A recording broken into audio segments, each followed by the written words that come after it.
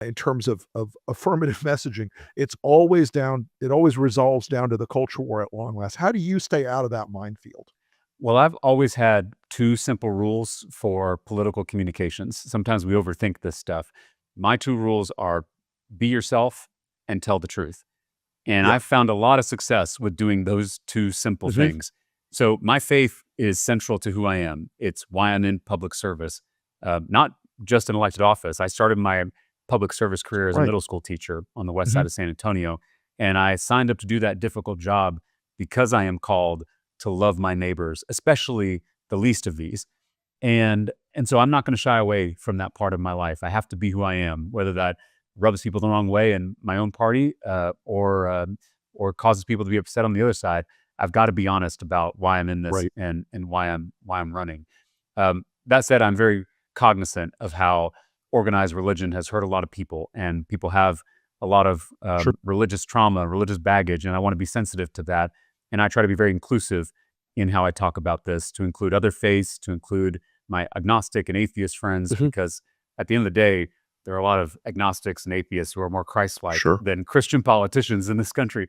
Uh, but to your second question, I'm going to tell the truth about why these culture wars are at the front of our national conversation. I think it's interesting. I've been in this race for 5 days and I've had a lot of interviews with national media.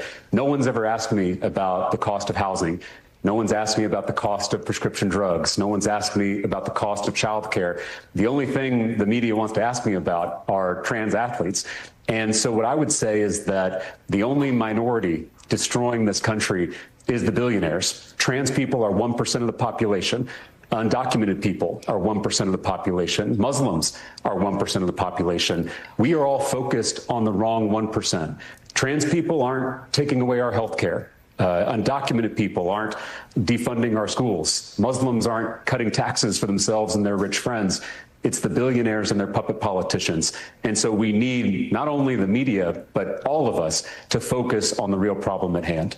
The very powerful people, the billionaires who control our social media algorithms, who control the cable news networks, who control the politicians who are fighting on our screens, they want us to be at each other's throats. They Sure. want us focused on how we're different instead of on how we're the same, which I believe we're all much more the same than we are different at the end of the Mhm. day.